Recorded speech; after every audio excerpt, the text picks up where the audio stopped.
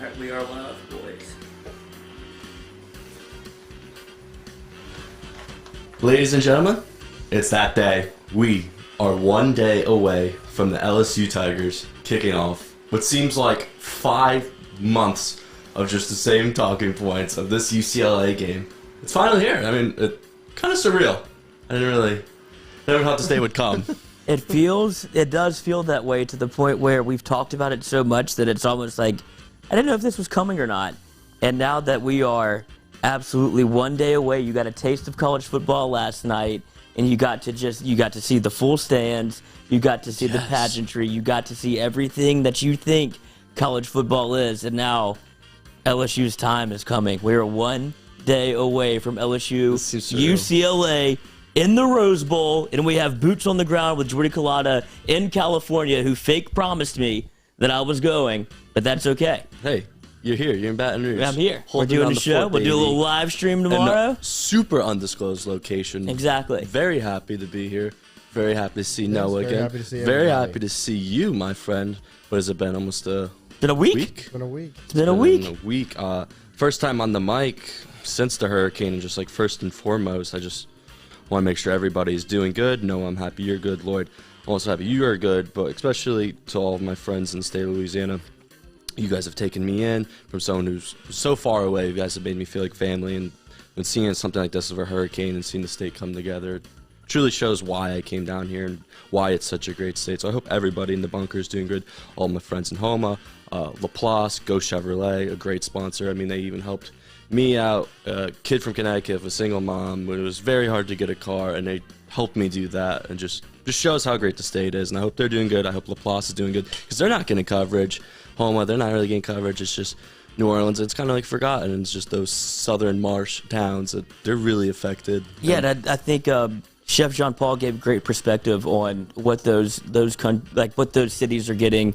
Like, there's not a lot of national coverage. That's why it was so important for him to come on. That wasn't really something that we thought we should do just because of what he was going through, but he was adamant about coming on, and he wanted to give his perspective because, like you said, some of that stuff is not getting covered. So to get what is actually going on down there and in the smaller states, Grand Isle's gone.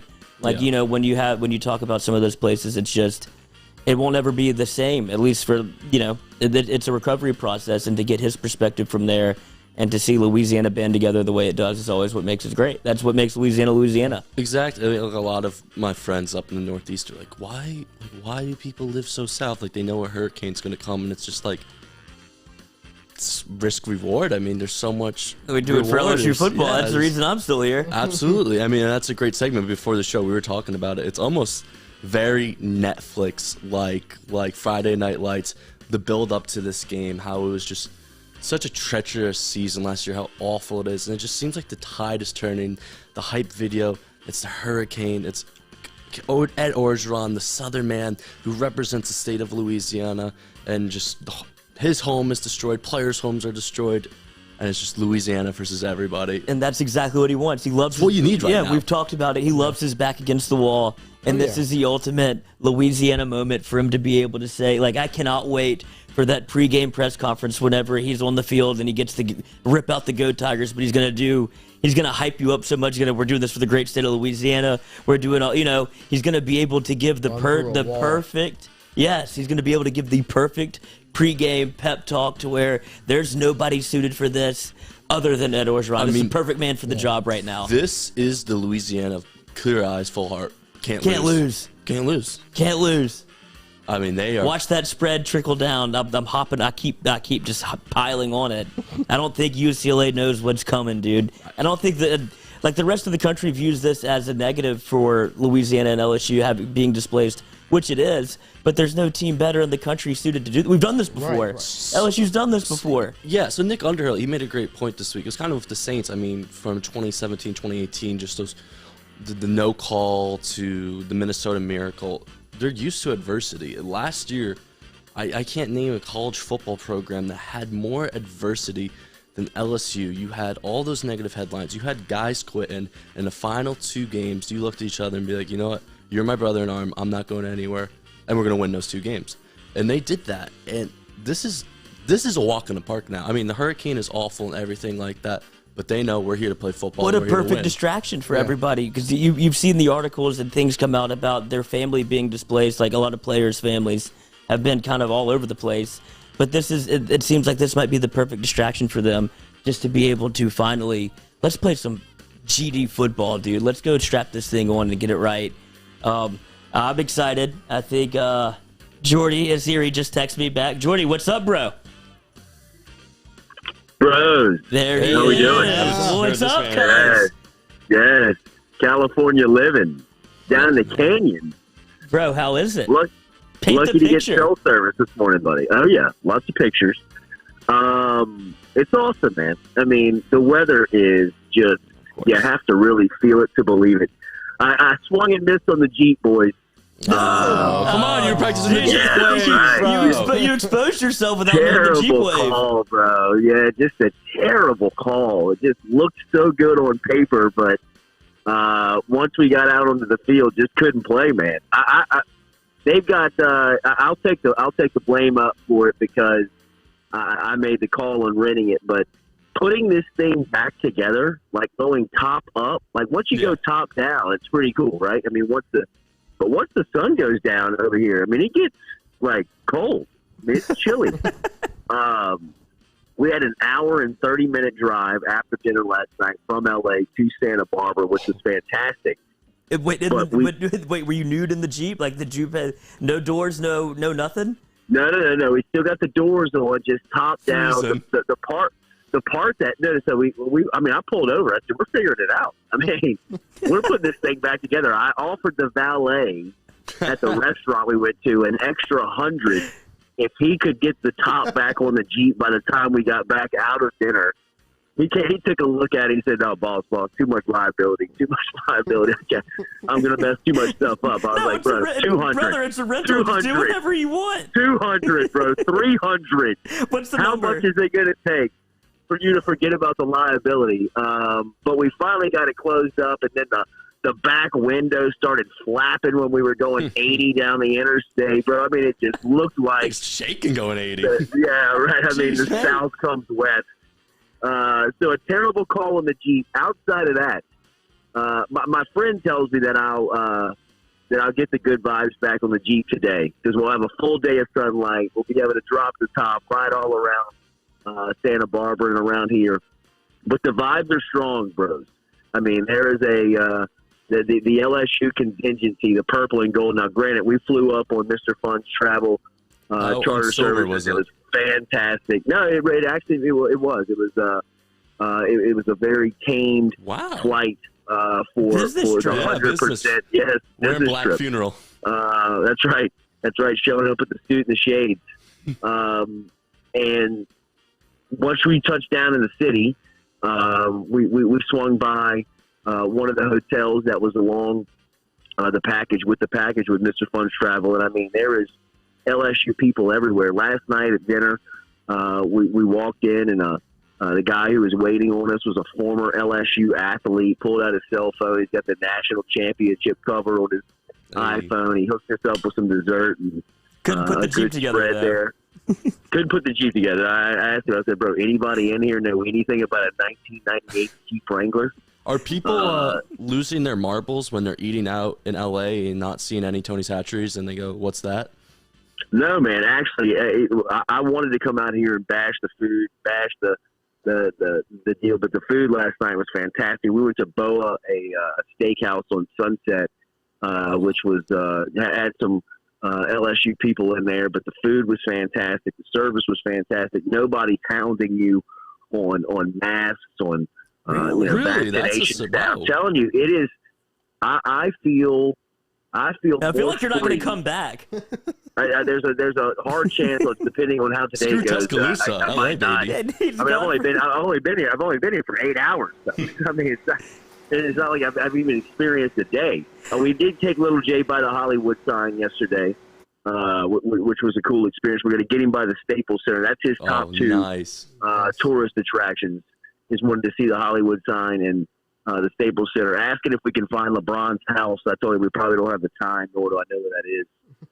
Track it down, but Well, that's a dangerous game you're playing. Don't yeah. spray paint it. Yeah, He yeah, won't well, report yeah, you. that's right.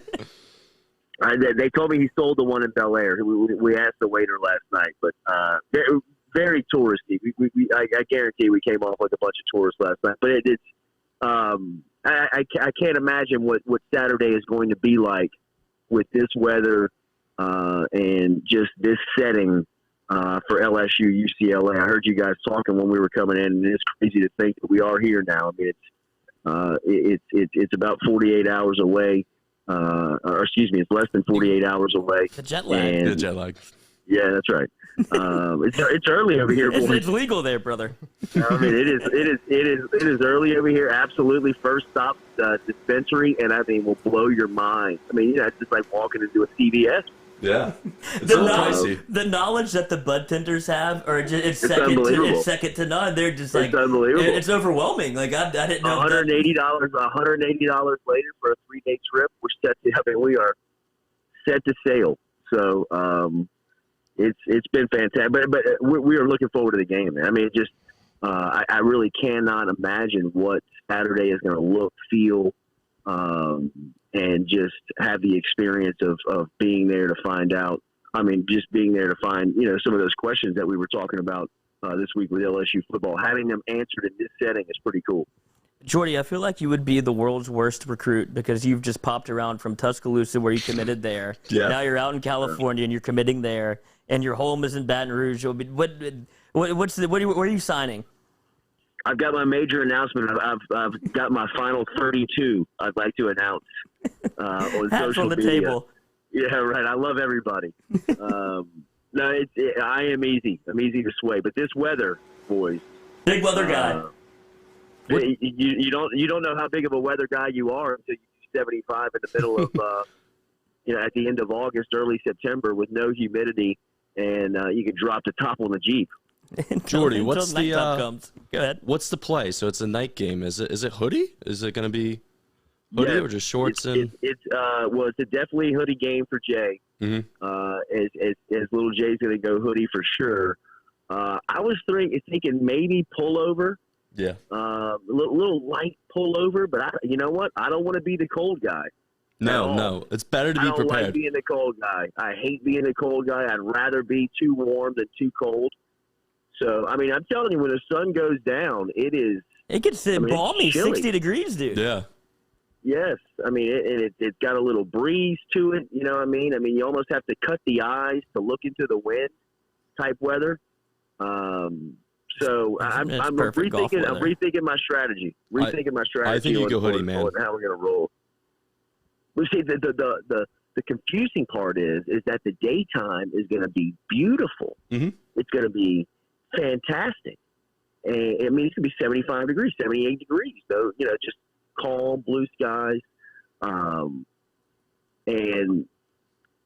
so I don't know, like how you got to wear the short sleeve during the day. Mm-hmm. You got to wear the long sleeve at night. So I'm sitting in the car doing this because there's a house full of people that I didn't want to wake up doing the interview. And it looks like somebody's trying to get out of the driveway, and I had them blocked in. So I had to maneuver. The Jeep. The Jeep is just causing all sorts of problems for you. All sorts of problems, man. Shit's just gone to Camry. It is compact, though. I mean, you can run up on somebody. You can squeeze it into a spot. So, I'm not totally off of it, but day one was a fail. I mean, so you heard our introduction. They've been through it all, it seems like, especially last year when you had those opt-outs, Terrence Marshall, Reek Gilbert. It kind of was just, they became the band of brothers, and now you have the Hurricane. And it kind of seems like most other schools, this would be a loud, just noise, and it would just get you all focused. Do you think this team is ready to go from just those previous experiences of last year? I mean, you're returning almost 20 starters from that team.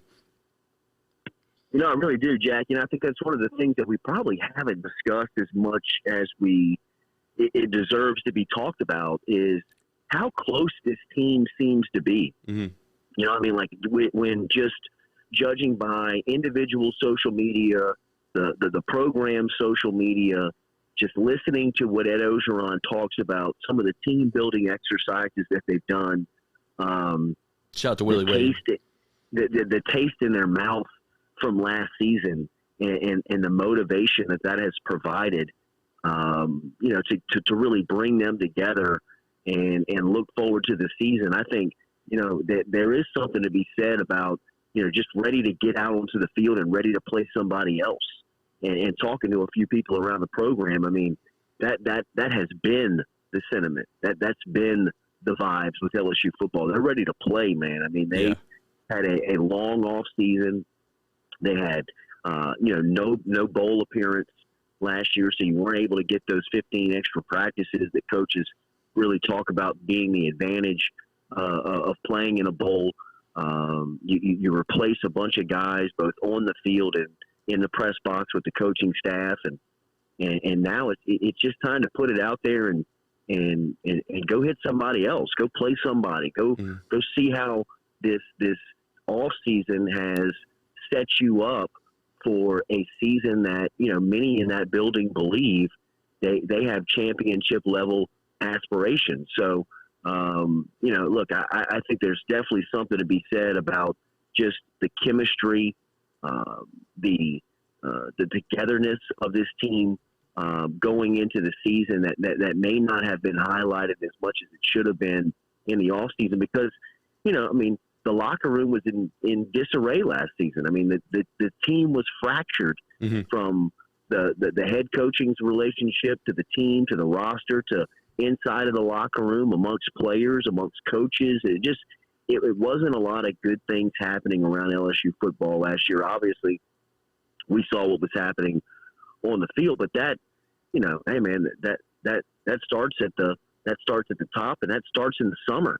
That stuff was happening very early on in all season camp last season, and it carried over to the field. Everything we've heard about this year has been very positive. Yeah. That this team has got, built-in leadership, guys that really are looking to bounce back after last season, trying to set the standard for the young guys to make them understand that last year was an outlier for LSU football. Last year is not what to be expected when you come to Baton Rouge. So I definitely think that, one thing that is interesting to think about and look forward to is just seeing how excited they are. I mean, to get out there and bust somebody else up. I would be totally excited. Like, I know they want to crack a skull. I know they want to change the narrative. I know you were busy last night if you didn't see the highlights of the Ohio State-Minnesota game. Say they get into that situation. Say it's, you go 3-and-out your first 3 drives. You're down 7-0, 10-0. Do you think the moment would get to them where it's like, oh, no, we're letting this slip. Like, it's too much. Like, we are pressing right now. Or do you think the staff's got them like, we're going to run our play. We got talent. Let's just let the talent take over. Well, I definitely think that's the mindset of the coaching staff. But, to answer your question, I think that's one of the questions that we're waiting to see. How is Max Johnson going to respond after a couple of failed series or a couple of struggled passes or a couple of possessions that he'd like to have back? What goes through Jake Peets' mind as far as a play caller, with success and setbacks? So, look, Lloyd and I talked about it a little bit on the build-up this week. I mean, the questions that you're going to have answered on Saturday, early on about LSU football, is really exciting to think about. I mean, just the things that you're going to learn about the team this weekend that you're very, very curious about right now. I mean, I wonder that too, Jack. I wonder how this team is going to respond after the failures of last season, but after the positive off season, and trying to get it back. A lot of new faces, a lot of freshmen going to play. You wonder how those guys respond, if they're a little overhyped for the moment like this. I mean, I was talking to Keyshawn Butte yesterday, and I mean, he was like, bro, I gotta calm down. Yeah. You know what I mean? Like I am ready to explode. And I think that's the vibe of the team, man. I mean, when you've got a quiet assassin like Kayshawn feeling like that and telling you about it. I mean, he rarely gives you a look into his emotion of the game. Like, he always seems to be, it's understood that he's ready to play.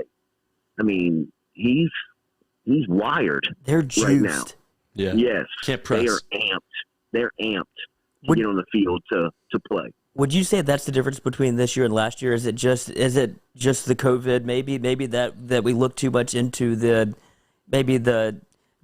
derision of the team last year, that they just needed to get in front of and play in front of people, because you watch Ohio State, Minnesota last night, it would just seem like there was a different energy to college football all around. And it seems like LSU, that's something that they thrive on. They need kind of that little extra motivation, that extra juice to be able to go play. And I say that to ask you this. What would you say is the difference between this year and last year? Is it just the coaching changes in general? Was Bo Pelini that big of a decisive factor in LSU? Or is it just that everything, all of it culminated into one big ball that they just couldn't stop from rolling downhill? Well, I think there was a lot of factors to it. You know, I think that we've probably talked about them individually at some point, you know, throughout a segment in the off season. But I think it was very, you know, it was collected. You know, I think it was a collective, it was almost a perfect storm of bad PR and relationships breaking down and the wrong message coming out and a disconnect between the leaders and the teachers of the team and the players. And it was almost too much too fast. It was way too much of a, you know, it was a storm. It was a huge storm that came through LSU's football program and rocked them. I mean, it just set them back. And, you know, Ogeron, really, credit to him, recognized it, made the personnel changes, and I think you've seen the advantage of being able to be decisive and be quick-minded to make those changes, because by all accounts, Durante Jones and Jake Peets are phenomenal. I mean, not just schematically and not just, you know, on the field, but just in all areas of it. You remember Derek Stingley Sr. telling us the story right when Durante Jones got hired. One of his first orders of business was just picking up the phone and calling Derek Stingley and having a personal conversation with him. You know, nothing really about football, but just about who you are, what makes you go, what motivates you, how do you feel about your family, do you have a girlfriend, what's your major? You know, I mean, just talking to him about stuff that Derek Stingley's never had that type of conversation with his coach. Yeah. And it just went a long way. It went a long way for the initial step of that relationship between best player and coach. And I think that's kind of a prime example of who LSU is now. They were very surface level to me in 2020. Everything was, you know, the Bo Pelini hire. Did it make sense? I mean, like people were like, I guess it's a good. I mean, he hadn't done it on this level in a while. Years. And you throw all this money at. Who were you bidding against? Nobody really wanted Pelini. Why'd you have to throw him all that money?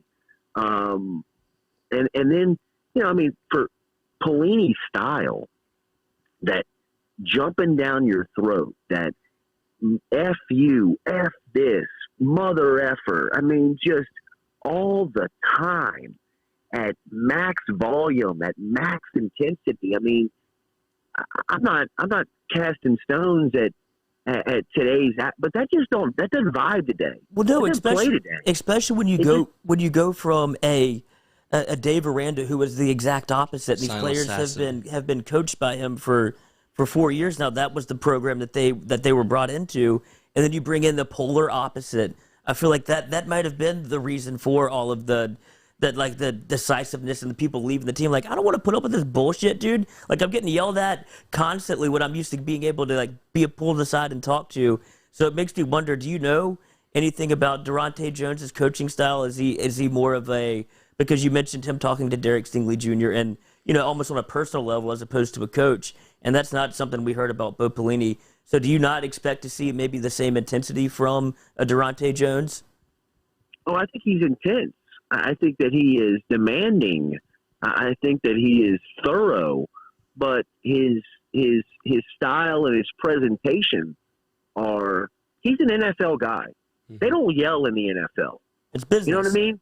They don't yell at players. They don't embarrass you. They don't call you names. Because one of those cats might turn around and lay you out. Well, yeah, Nick Saban dealt with the brunt of it. Absolutely. But I mean, you just and there's a human element to it. You know what I mean? There's even like a freshman like Savion Smith. I mean, he's not going to respond if you mother F him. I mean, that guy knows he's a big time player that is on this level because he wants to be coached up to be NFL ready. And if he's making a step that's wrong, or he's got his hands in the wrong place, then tell me and show me how to do it. Don't break me down and call me names and tell me I'm lazy and tell me I'm, a piece of shit. I mean, don't talk to me like I'm beneath you. And I'm not even talking about, that you have to respect it like they have the same knowledge power. But I mean, today's athletes, today's coaching styles have changed. There's a time and a place for being able to break down and motivate and get into somebody, but it's not like Bo Pelini was doing, and it very much turned off not only the players. I mean, you talk to support staff people, you talk to people around the program, just the day-to-day operations of what happens in that building, and it just doesn't vibe. It just doesn't play. It's not the way to get success out of people in that profession anymore. So I definitely think that Durante Jones was a breath of fresh air, and that NFL style of the business approach of, hey guys, here's today's goals, here's today's agenda, here's what we're doing by breaking down every single minute of what they're going to be doing and practicing in the film room. Those guys respect that, and at the end of it, they can all play. So he's going to get the best out of them. I mean, I've heard so many positive stories about Eli Ricks over the last couple of weeks. I mean, that picture yesterday, I know we were all foaming at the mouth about, just the 6 to midnight eyes that he is. But he has taken that. I mean, Eli Ricks came to LSU to go to the NFL. I mean, that's why he came to play at DBU, because he looked at the people in front of him and said, I want to play on Sunday and I want to get paid to do it.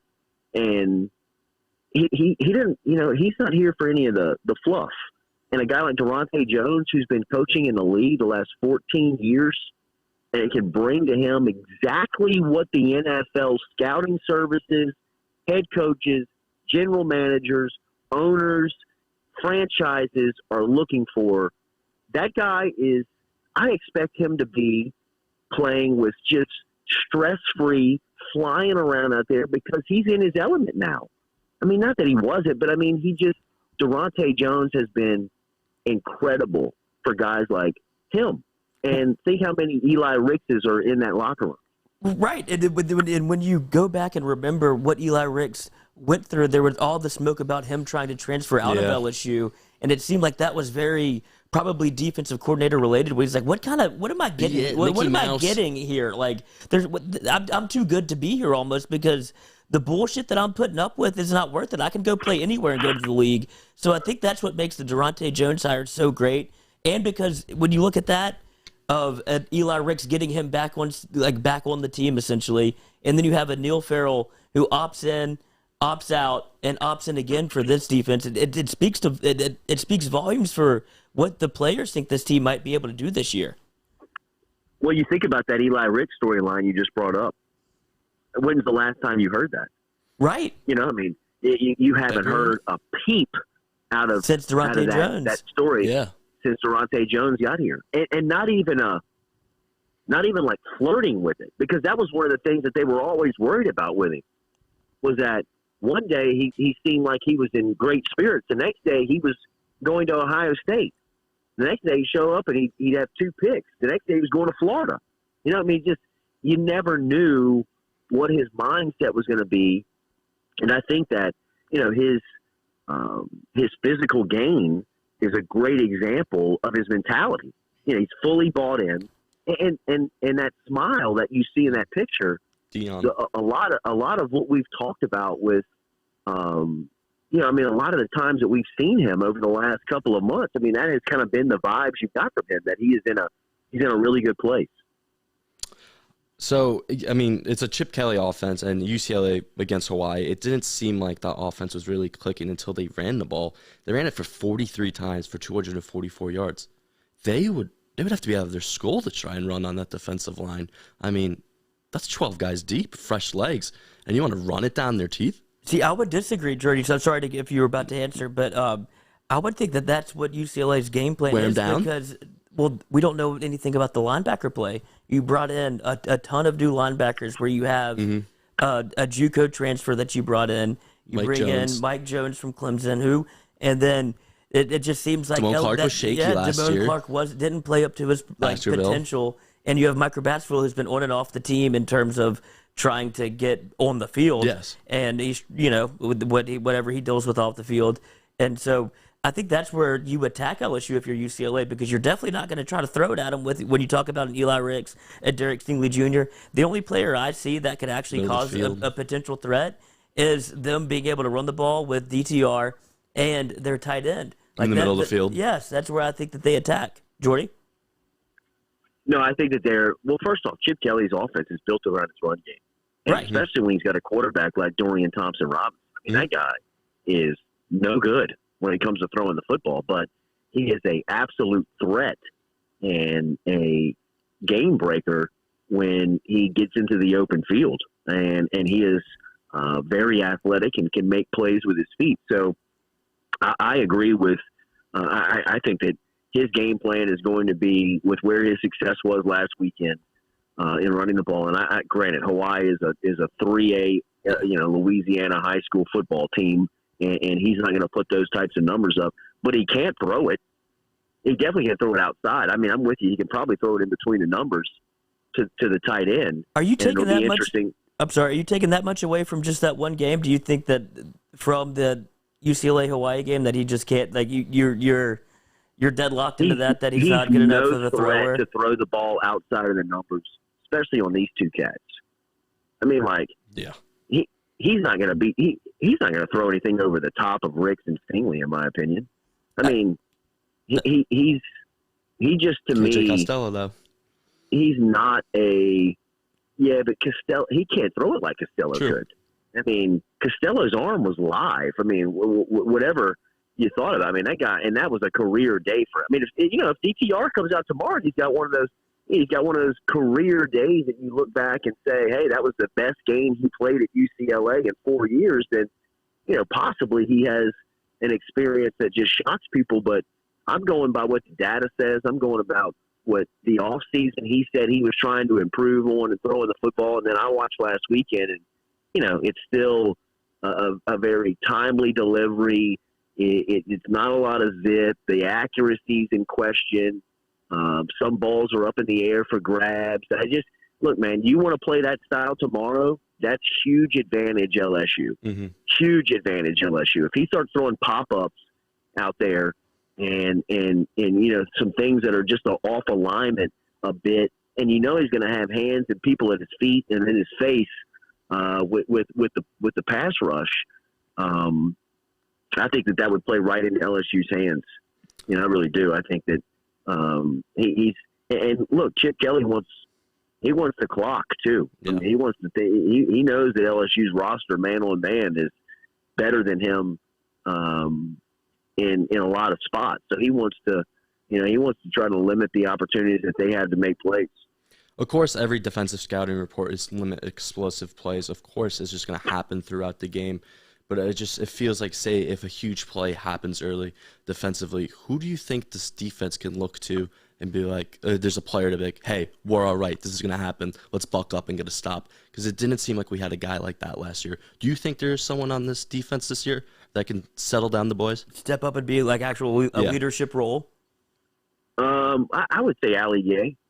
I think that Gay is probably set to really bust out here in his second year at LSU. I mean, he's gotten a lot of confidence in the off season. He's really gotten the peace of mind what the NFL scouts think of him. Inside of LSU's building, he's very much performed in the weight room as far as his off season training has gone. By all accounts, he's been unblockable during preseason camp. And now, granted, that's been a worrisome position for LSU when that offensive line has been blocking him. But I don't know if it mattered if you had Dare Rosenthal or Andrew Whitworth out there for some of the practices I heard. I mean, he was just dominant. So, I think that he's a big-time player. He's a bona fide first-rounder. He's a potential top 15 pick. And he could have a huge monster breakout season with just the expectation that's put on him, but also what he believes in himself. I think, a lot of what they had to battle with Gay was, hey man, you're good at football. I know you're late to this thing, and you're just kind of coming up with techniques and concepts and understanding really the game, but you could potentially make generational money doing this.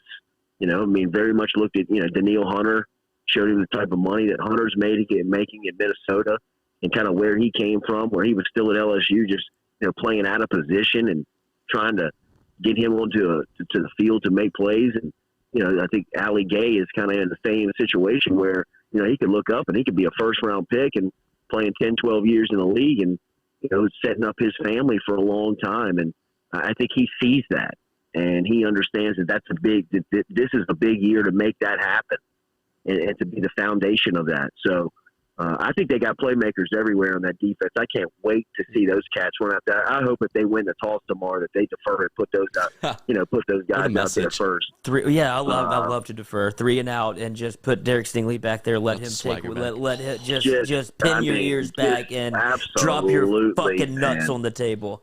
Just go get them, man. Just absolutely.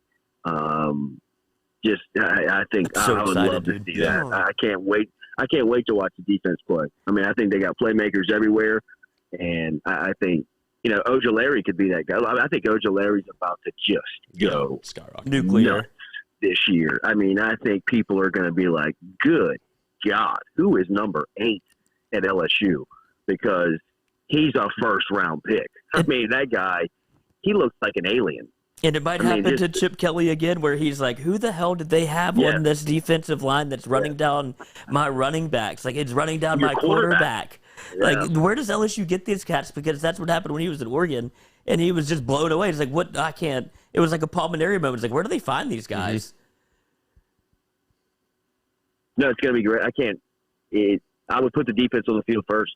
I mean, just flex. That'd be amazing. You mentioned Andrew Whitworth. And he narrated the LSU's most recent hype video, which was pretty electric. But the biggest thing that we took away from it while we were watching it, and of course we're reading between the lines here, but it just the fact that there was no highlights from 2020, the fact that it was all practice and a lot of it was freshmen. I mean, I feel like LSU has almost closed the book on 2020 to where it didn't exist. It seems like with that highlight video almost culminates in them being able to say, look, this is a brand new chapter for LSU football, and we've almost moved away from 2019 and 2020, and it's like a new start, it feels like. Oh, it absolutely is. And I think if you polled that organization, LSU football, I mean, they would tell you they would like to just whitewash 2020 off of the books and just scrub it out of the program, because it was bad. There's no other way to look at last season and everything about it other than it was just bad. It was bad on a lot of fronts, and it's not who LSU football has been It's not who LSU football is, and they can't wait to start either, re-establishing that image, that position in college football, or just getting back out there and having the chance to wipe that out of people's minds and their own. Hey, really and truly, I don't think it's about anybody else. It's really about them. Just kind of, hey, that's just, let's get out there and play, man. It's time to really put that demon to bed, put it to sleep for good. And I think that definitely was a representation of that in that hype video, in those images or lack thereof images that you talk about from last season. You're not going to find anything about last season anywhere, for a program that we've talked about, trying to forget the past, stop talking about 19. They've definitely taken on that role and mentality for 2020. I don't think that anybody wants anything to do with that season around LSU football. And we pivot here to the offensive line, because when you look at what UCLA was able, I know it was Hawaii, but when you look at what UCLA was able to do defensively against Hawaii, where they seemed to want to bring pressure almost every situation where it was a passing down, it looked a little bit like a Florida scheme wherever it was very obvious that they were bringing pressure. They didn't care that you knew. And so I wonder, with LSU's offensive line, and how do you think that they are able to, commandeer against that with ever UCLA bringing pressure the way that it seems like they want to? Well, look, that's another, Lloyd, that's one of the questions I have tomorrow, is how the offensive line is going to respond. And just, first off, and just rolling out there and playing. What's their chemistry like? Who is the leader of that group? Who's the swing man? Who's the guy coming off the bench that may get a couple of reps or a couple of series in each half? A guy that they're trying to make sure that they've got depth with. They've been banged up throughout the season. Throughout preseason. So, I wonder who the true selections are. That is so high up on my list tomorrow of things that I am watching and curious about. It is, the offensive line, and just the questions, the players, and who's going to be the 5 to 8, 7-man rotation. 8's probably being a little bold, but probably 7 guys. Who's going to be those 7 guys that you trust and can put out there? Because you've really got to take some big steps over the next 4 weeks before Mississippi State, or next 3 weeks before Mississippi State and SEC football starts up. So you've got to really have an understanding of your rotation and guys that you can rely on the road, and to protect a quarterback position that's very thin. What was obviously you traveled to UCLA yesterday. What was the vibe around people that aren't maybe in the industry? What was the fans' perspective whenever you got on the plane and talked to people? What do they expect from LSU this year? I think that the overall cautious optimism. Yeah, I think it's very cautious. I think that people, they've got the bug again on LSU football. They think that they're going to be, the storyline around LSU is when you kind of peep the national scene, you listen to some of the people, the talking heads, in our business.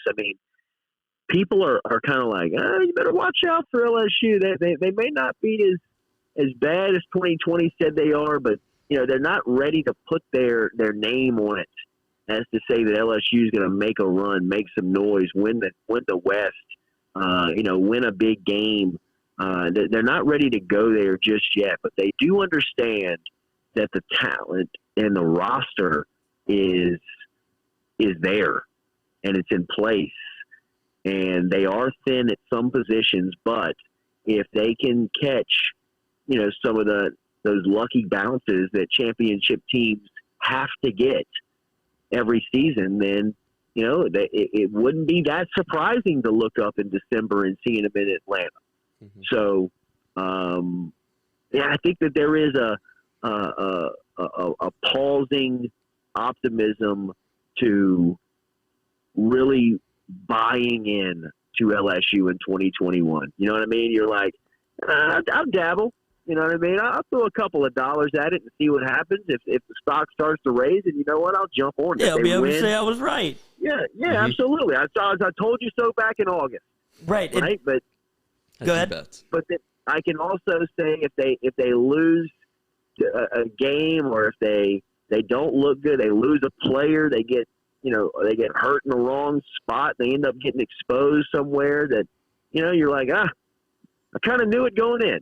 That they, you know what I mean? That they had some holes. They almost have to get lucky. Ready to fill them.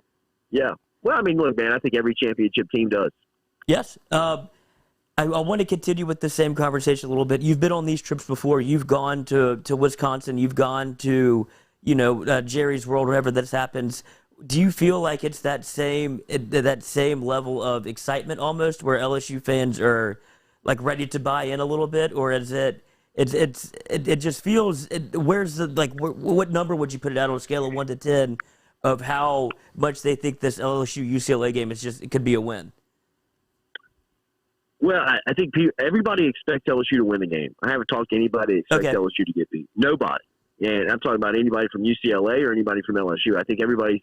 Some people think that it could be close and that UCLA can have a chance at the end, but everybody that I speak to believes that LSU is going to win the game, and so do I.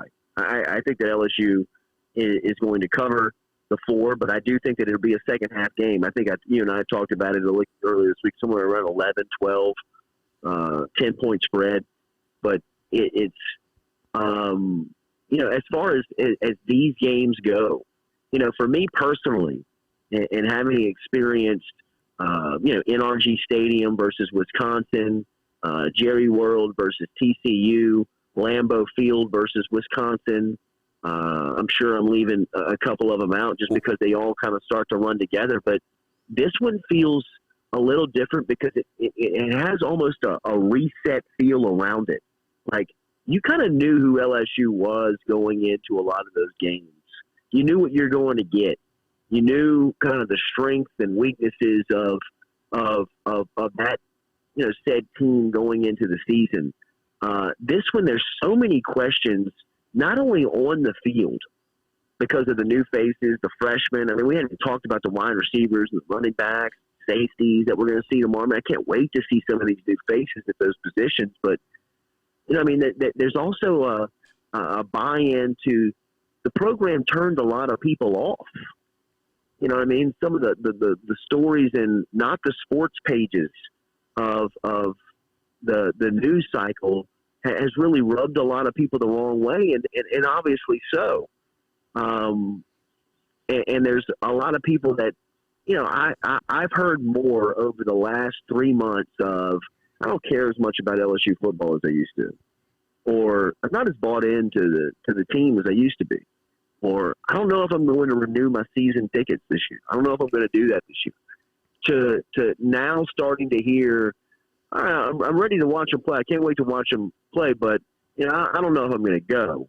I don't know if I'm going to, but I really am ready to watch them go out there and compete, and watch them to see how good they are.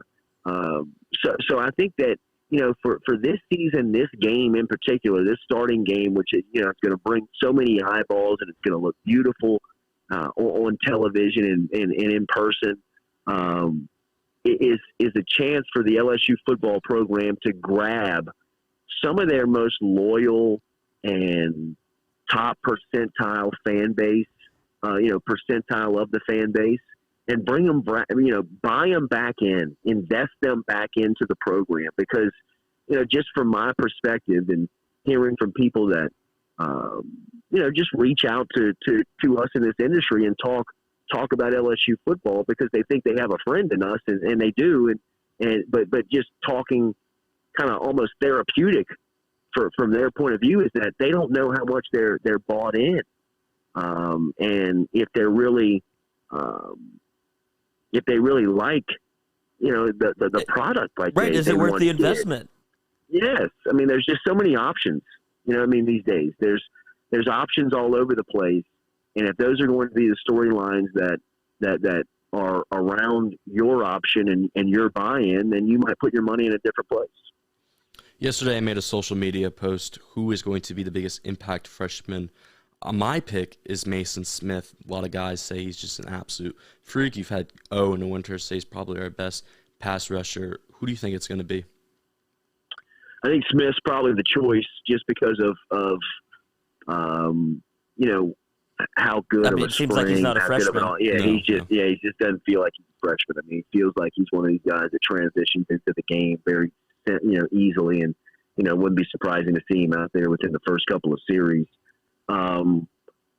Just for the sake of the conversation, I love the Smith pick. I think a dark horse is Sage Ryan. Okay. I think Ryan is somebody that they are finding ways to get him on the field. Where do you think they're going to put him? Probably in the nickel to start off. But it wouldn't surprise me to see him get some safety reps. It wouldn't surprise me to see him playing up around the line of scrimmage and seeing if they can't get him like a Jamal Adams type deal. I mean, he's freaky athletic, game-changing ability. He's one of those 5-star. Him and Mason Smith were the 2 5-stars in the class. Has he kind of flown under the radar a little bit, Sage Ryan? Because I feel like whenever you look back at the recruiting battle to get him, it was a huge deal. But because he's from Louisiana and he played he played in Lafayette, it seems like that everybody just assumed that he would come here. But now that you have him in the boat and he's on the team, is he one of these guys that's going to absolutely pop? That's my thought process behind the choice is that for as good a camp as Brian Thomas, for as good a camp as Malik Neighbors, which I hate that he's out. It looks like Deion Smith is out too for tomorrow's game. Jack Besh, all those guys. I mean, Sage Ryan has been very. Now he's been nicked up a little bit, banged up this time, but when he's out there, they absolutely love him, and they want to find ways to get. We talked about this safety position, fellas, and we talked about it at nauseam at the end of last season being a huge concern for LSU. I mean, they got dudes back there now. I mean, they got guys that they're gonna. I mean, I don't know how Todd Harris, an experienced upperclassman, really breaks through and starts playing consistently just because. I mean, you got to play Major Burns from all accounts. It sounds like Jay Ward might be the best safety that they have right now. And then, like we talked about with Ryan and even Langlois, I don't expect him to get, safety reps tomorrow, but he'll be covering every kick. He's going to fly on special teams. He'll be going to murder somebody. Absolutely. I mean, don't be surprised by week 4 or 5 to look up and see him blitzing off the edge. Just to see if he can't use that speed, get back there and cause havoc in the backfield from somewhere where you never thought it was coming. I think that the Mason Smith pick is probably the choice just because Zero is going to be, he's going to be a problem. I think that when you talk about UCLA's strength being their offensive line, and they were pretty impressive last weekend, and, caveat being that it was against Hawaii, that nobody in from the Rainbow Warriors felt like Mason Smith at the point of attack. Walking through that door. On the line of scrimmage. You know what I mean? Like, nobody from Hawaii had the ability. They had no 5-stars on that Hawaii defensive line. No way. And when that center puts his hands on Mason Smith, go tomorrow at 5:30, Pacific time, he is good. I'd love to have a camera on his helmet focused on his face when his eyeballs realize that, oh my God, this is about to be the longest 3.5 hours of my life. This is going to be awful. Because, not only are they starting, whoever's getting the start in front of me, they're keeping fresh legs running at me all day long, and they're coming in creative, and they're coming from exotic ways. It's going to be. I'm so amped up to watch this defense play tomorrow. I can't, because LSU with a great defense is college football, right? I mean, like, when you think of LSU and they're flying around and the ball's in the air and they're picking it off, or they're scooping and scoring, they're sack fumble, cracking heads. Just busting people up, flying around, talking shit in people's face, barking at people. I mean, like, you have those types of athletes. You got that type of confidence. I mean, when you got two outside guys like Ricks and Stingley, which, by the way, there was a Cleveland Browns scout last night at the restaurant, and he had the gear on, and I was waiting. Little Jay was in the bathroom. I said, "In time for the game?" He said, "I am. I'm watching on Saturday." I said, "Are you really with Cleveland's organization?" "Yeah, I'm a scout." I said, "Really? Wow. What do you think about Ricks and Stingley?" And I mean, he gushed over these two cats for about 3 minutes, where it's tough to get those guys to talk ball if you're some fan that walks up to. I mean, I was nothing but a fan to that guy last night, asking about Eli Ricks and Derek Stingley to an NFL scout, and it was as if it was as if Jim Haslam had asked him about the what he thought about Ricks. Gave me the breakdown. It felt like, Kevin Stefanski, the head coach, was asking him about what he thought about Ricks and Stingley. I mean, he was like, "You got two guys here." I mean, like, speaking to me like he's watching film, like, that are NFL ready. I mean, when they stepped on the count, both of them. I mean, he was like the physical, like, abilities that these guys have. And I told him the story that Neil Weiner told us a couple of weeks back about Stingley. And he said that has been legend in the NFL for years now.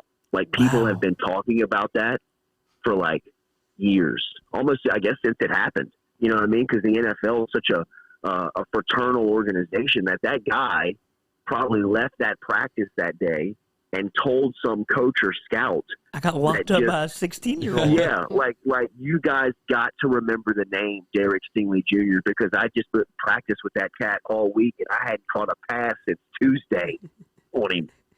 You know, I mean, like, it was I was like, his high school coach came. We do a little podcast down in Louisiana. He told us a story about an NFL guy where he was like, "Oh yeah, I know all about it." Wow. He said he was they were going in the playoff game, and he lost. He said, "That's NFL legend." Like, they know that type of stuff on Stingley and have been knowing it. And they're just as high on Ricks. I mean, they're talking, like that. I'm like, so what is Ricks? What's his? And he's like, his long arms and the way that he can jam, and he said his ability of being able to forget the last play and play the next play. The only player he's ever seen have that capability, or he says has that capability that reminds him of that, is Jalen Ramsey. Wow. That's such a good, I think that's the perfect comp for him too, which is long crazy. Arms, jam. Well, and the personality that he has, because, I mean, if you remember last year, he was talking shit every play and backed it up. And, I mean, he got kicked out of games for it. But I don't think, because you have Stingley coming back, and it seems like he'll be at full health, or at least close to it, and you have a fully healthy Eli Ricks. You didn't really get to see that last year. So to be able to get these both these cats on the field at the same time in the first game of the year with the spotlight on you, this could be an absolutely monumental moment for LSU football in terms of getting everybody back in the boat. Because if you have those two guys swagging around in Pasadena, dropping their nuts all over national television, saying, "Look, this thing," like you talked about that's LSU football. When you think about LSU football, you think about the defense absolutely flying around, making plays, and just being better than everybody else. And if you have that moment when you see those two cats out there, it's going to be a page turner almost. Yes. They believe that this could be the best SEC tandem of cornerbacks of all time. In the last, no, not all time. He was like, you're putting me on the spot, bro. He's like, I would have to think about that. Because I was like, look, man, I'm not trying to be a prisoner of the moment, but I mean, is this the best tandem of corners that you've seen scouting? And he was just going through like the Miami 01 team had 2 first rounders. Yeah.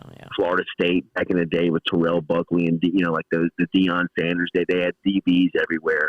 So I mean, he was like going through the list of some things. But he said, look, modern day, last 15, 20 years of SEC football, these guys top of the list. Wow. And they're both first rounders. They're both early first rounders. They're both guys that NFL guys have already scouted. They know who they are, and they're ready to put their name on the card. So, I mean, he's LSU, in my opinion, after speaking to that guy and just watching him play, has the best tandem of cornerbacks in college football. And when you got that with Sage Ryan and Mason Smith type cats, Mike Jones type cats, new faces playing alongside these guys on the outside that can completely shut down their side of the field. I mean, like, it only takes one pop-up to either outside numbers of the field for one of these guys just to flick their wrist up and pick six it from 60 out and change the to game. have the quarterback, pissing down his leg every time he drops back from center. I mean, it'll make you a nerve. Can you imagine the nerves you're going to have playing the quarterback spot, knowing that you have to test these guys for 3.5 hours and you don't have an athlete that can run by them? Because you have to go at them at some point. There's no way that you can avoid. I mean, that you're trying to throw the ball around the football field. There's no way that you can avoid these guys in the game. There's no game plan to where you can avoid 2 quarterbacks that are absolutely locked down. There's no bones about it. You have to be able to go at them at some point. But here's the deal: there's no offense, or there's no scheme that if you don't have better players, you know what I mean? Like, it's going to be tough to get back on these guys because of just how technically sound they are. Like, that was the guy. He was like, bro, they're so technically good. He's like, Stingley's one of the is the best we've ever scouted, like, as far as a freshman. That video.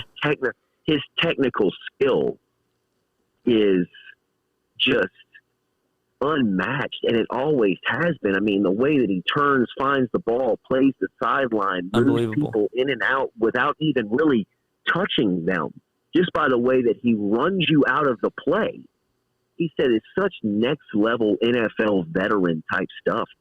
I mean, it's just it's stuff that he's obviously been coached from a very young age, and you can see Stingley Sr.'s imprints all over these guys. You know what I mean? You can see the way that he has tutored them to really look just like NFL number players. 7. Yes. Yeah. I mean, number 7 is a prodigy. When you speak to people around the NFL game, I agree 100%. Stingley Jr. is stuff of he war. is looked at as almost the safest, most just best NFL bet you can make. Yes. I mean, it's for somebody that always is scrutinized and is such a gamble with every time you walk up with the card. He's as safe a play as you can make. And that's what I wanted to ask you about. If you got to, when you talked to the scout that is now obviously our best source of information we've had, that we don't know his name, but did you ask him, like, where would you take him? Where do you think he goes in the draft? Because it's almost getting to the point where if he has just a year, and the way that I'm hearing that he's talked about NFL circles, I mean, I know that people need a quarterback, but there's no chance he slips out of the top 3. No way. Does he go 1? No way. 1. No, I don't think he goes 1. But it's just like you said, it's the safest. It sounds like Kayvon Thibodeau would go 1. That's the Quincy Wiggins argument, right? Really, I mean, it really is. It absolutely is. I mean, that, and it almost puts it to bed when Derek Stingley's on the board and Kayvon Thibodeau's on the board. NFL teams are going to take Thibodeau first because of the premium to get to the quarterback. Now, second on that board would probably be cornerback, right? But when you've got those 2 guys side by side, they're taking the defensive end. Now, I think he goes second. And so, and that was, who's better than him in college football? And That's There's what I'm nobody saying. better than him. Right. There's nobody better than him. When you ask like the safest bet, you're a GM. You're like, I can't get fired for drafting this guy. No Why way. would like you can't, because you got a decade worth of you got an a all shutdown pro. You got a quarterback. Hall of Famer. Right, potential Hall of Famer. I'll You're calling it now? I'm calling it. I'll be fine with that at freezing. Well, at freezing it's a safe Old takes play, exposed. but I think that he's as safe as an NFL pick as there is. He really is. He's just, and not only that, he's a great human being. Mm-hmm. Right. You know what I mean? Like you're getting a great face of great potential face of an organization. He's already shown that he can be a pitch guy for organizations and corporations. He flew for Mr. Fun. Yeah, man. It's just I can't wait to watch him play, bro. I cannot wait to watch the defense play. I really can't. I might sit down tomorrow when the offense comes out, because I might look like a 23-year-old loudmouth, arrogant prick. Let's when go, the dude. defense Bring there. it back out. Absolutely, dude. You Absolutely. mentioned the offense. Sun's coming up over here in the mountains, bro. You're losing my interest for the now. Yeah, You only I know the understand. weather. I know, but I got one more question for you. Then we'll get you out of here. You mentioned the offense a little bit. Who do you think steps up at running back? Because that was when Jack posted that question on Twitter. My pick was Corey Kiner, just to go off the board a little bit, because you've heard about the injuries with TDP and John Emery, and they're dealing with certainly things off the field with the hurricane, and so it made me think that guy. right. And you have the Corey Kiner highlights that are out there, and now Amari Goodwin's out, it seems like, for the game. So I think that this might be a chance where they go, if they do that, kind of rotating back theory, and if LSU's rolling, if it's going well, then it seems like it might be an opportunity for him to be able to get 15 touches in the game and pop for a little bit. So that's my question more of, is who do you think will be the running back? Will it be by committee, or do you see it as it's a JDP, John Emery, and then nobody else? I don't know why, but to me, this feels like a John Emery game. I don't know if it's because we're out in LA and it's a little flashy and things are cameras are beautiful on. Weather, cameras are on, people are here, everybody's showing up, people are dressed up, it's beautiful. Just all of it feels like tomorrow Emery is going to be the guy. And I don't know if it's because I believe that they want him to be the guy and want to give him every opportunity to step out there and make a play, or if the matchup just suits him better. Because I think when it's all said and done and we look back on the 2021 LSU football season, I think Ty Davis-Price is probably going to lead in the majority of the categories: touches, yards, possibly even touchdowns, just because of the trust that they have in him. I think overall is probably more than anybody else. And I think TDP is playing with a chip on his shoulder. He's motivated. He had a baby girl in the offseason. Got skinny. Very much lost weight. Explosive. I'm telling you, he's very much motivated, man. He is highly motivated for this season. He looks at this season as his money year to potentially break out. And I'm pulling for him. Baton Rouge kid out of Southern Lab. Great kid, great family.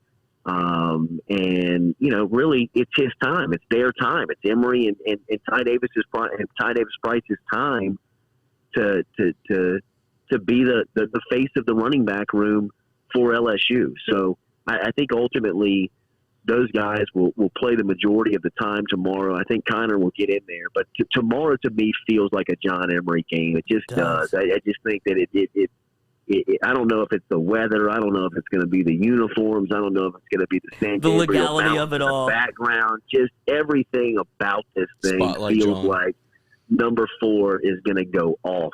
God, talking me into it. Yeah.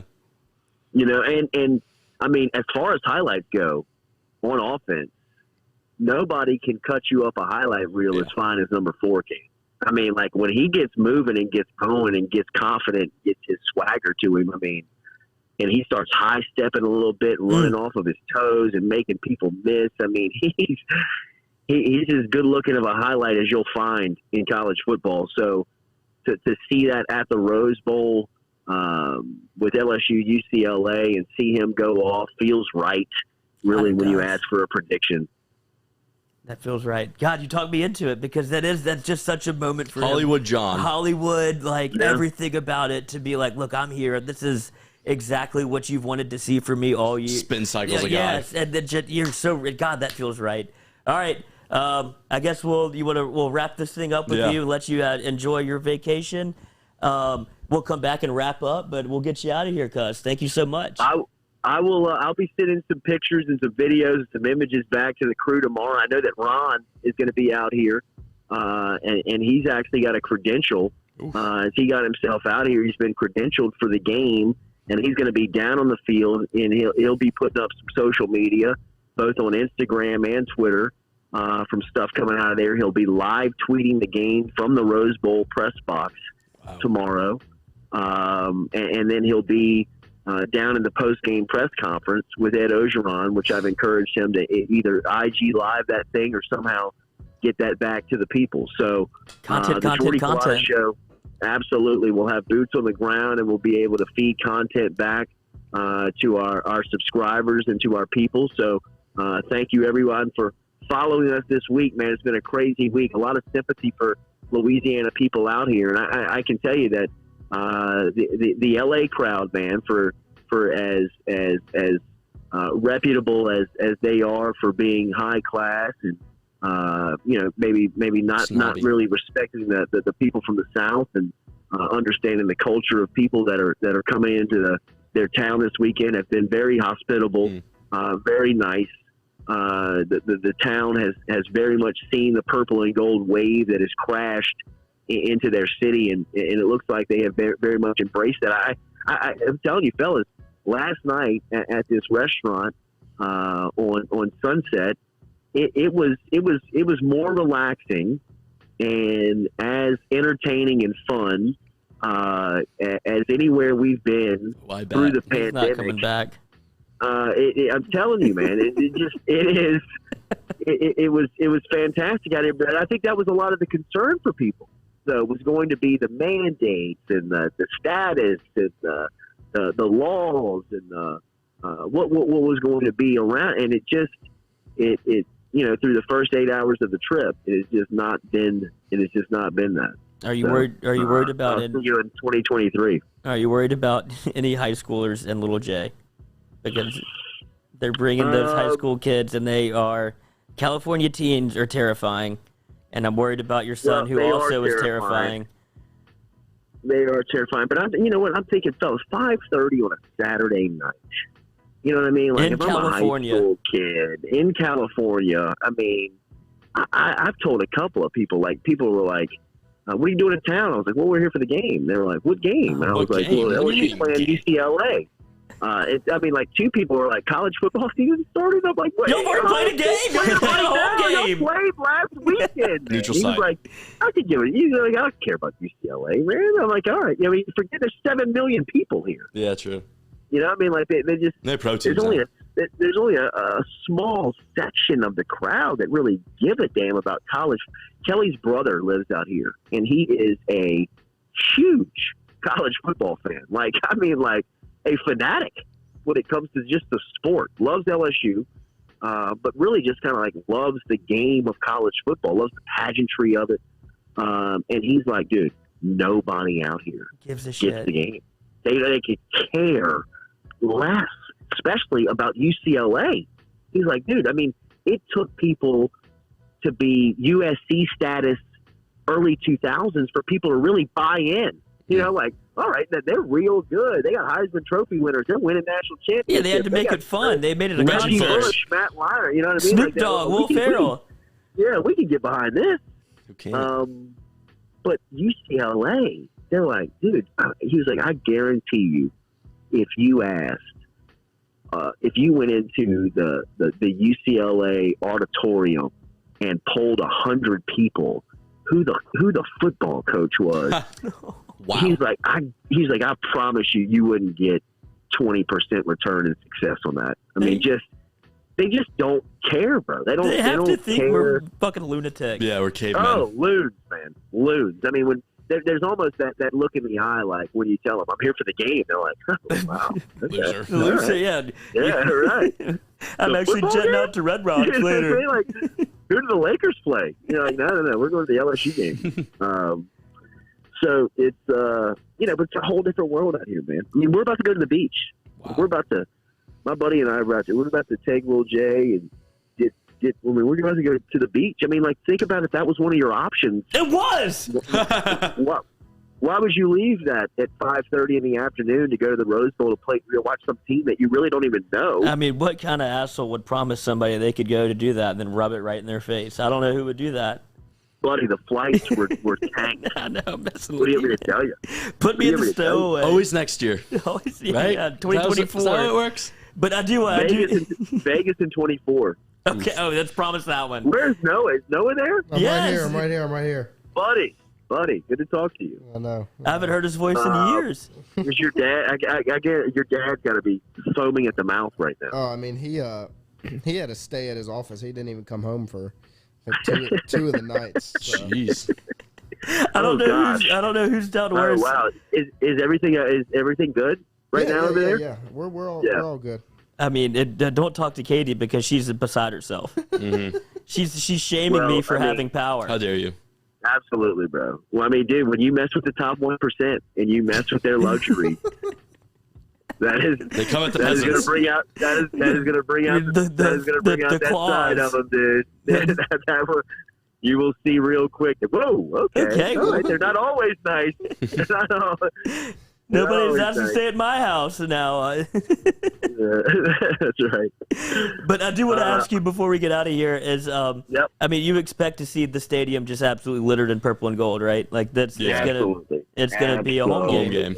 Yes, there's purple and gold everywhere. And you know what? Like the guy told me last night, he was waiting on us in the LA. He's like, bro, you don't realize there's a ton of LSU people here in LA. He's like, this is a strong alumni base. Southern California. I think we talked about that a couple of weeks back when we were down in San Diego a couple of years ago when we were there for the LSU Alumni Crawfish Bowl. There were 5,000 people there. Wow. You know what I mean? Like 5,000 partying LSU fans, people that if you were ever to bring a football game out there, they were going to be there. You know? I mean, like Kelly's brother Sam told me, he's like, bro, I bought 12 tickets for this game. Oh. You know, he's like, I just wanted to make sure I got in. He's like, I mean, I bought tickets everywhere. He's a lunatic. He got two in the club, 2 in the end zone, 2 down low. I mean, he's like, you know, I'm not. He's like, I just wanted. I mean, I almost just kind of like went neurotic buying tickets, like just like making sure I was going to be there. Like, dude, just chill. I already got the tickets. I read that there's going to be like almost 15,000 tickets have been sold to LSU fans. So I imagine it might be even more than that when you talk about the California contingency.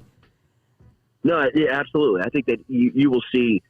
I would be willing to bet there would be more local LSU fans here at this game than there would be more local UCLA fans. Now, this game may be bigger. This game may be bigger. You know what I mean? Like the LSU game, the LSU brand may bring out some of the fringe fans to the stadium, and I hope so. I'd love to see it packed. Full house. I'd love to see it. Sunset. Yeah, I'd love to see a full house in front of this game. So, but you know, just kind of judging by some of the early feedback, you know, I mean, we're absolute aliens when it comes to college football passion. when you talk to these people. I absolutely love it. I love that they're just blowing their minds. Keep looking up how to use the Jeep, man. Godspeed on that. Yeah, best of luck with your Jeep. That seems to be a problem. It is a problem. It is such a problem. I mean, when the window started flapping for the third time last night, I mean, you just had to laugh at it. The pullover. You just had to laugh at the pullover. The 7-lane interstate. I'm done with this. I'm pulling over. Screw it. I mean, the Jeep Wrangler was such a bad call. Kelly was like, I was waiting for you to say it. I've been waiting for you to call. Do we have a California fight? No fight. No, you can't fight out here. You know when you're wrong.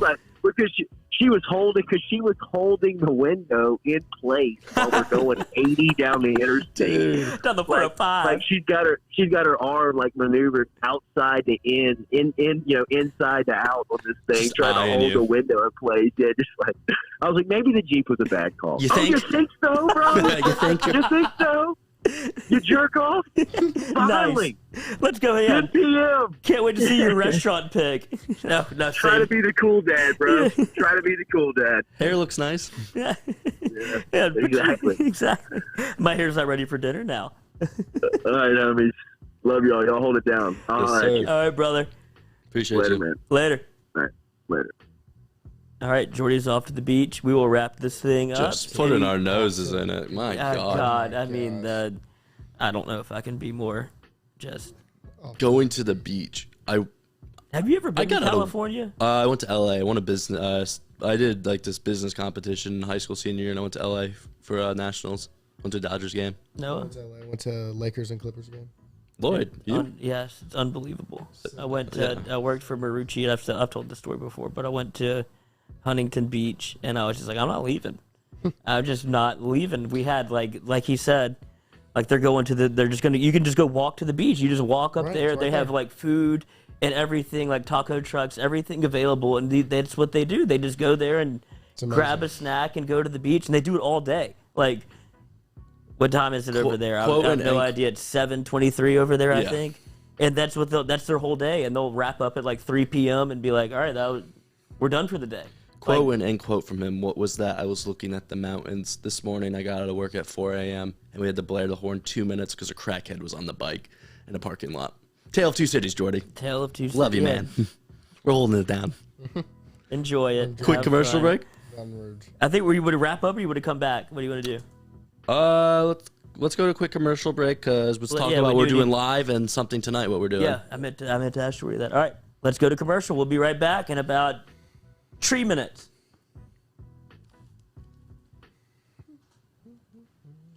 Ron, man. Gearing up for spring and summer down here in South Louisiana, and you want to keep your lawn maintained during these sunny seasons, get in touch with our friend Blake Abear over at Abear's Lawn Maintenance, where he says, you grow it, I mow it. 225-485-8022. 225-485-8022 is where you can find Abear's Lawn and Maintenance, the official lawn and maintenance company of the undisclosed location. True Blue Water, true hydration at its finest. Right now, you're only a few minutes away from getting your 5-gallon water delivered to you, just like we are over here at the UDL. All you got to do is log on to truebluewater.com. That's TRU, bluewater.com. The website's fantastic over at truebluewater.com. You can get your service and find out how quick it is. You can schedule a delivery, even hop on the billing system right there at truebluewater.com. TRU, bluewater.com. Abear's Specialty Meats, home to the finest boudin in South Louisiana. 2 spots right here in Baton Rouge and out in Prairieville. Stop in and see them in the Dutchtown Shopping Center on Highway 73 or right here in Baton Rouge on Jefferson Highway. Online, abearsmarkets.com, and they're all over social media. You can find them on Facebook. You can find them on Instagram. Abears combines perfect seasoning with that authentic Cajun flavor. Find out for yourself. Baton Rouge on Jefferson Highway and in Prairieville on Highway 73. abearsmarkets.com.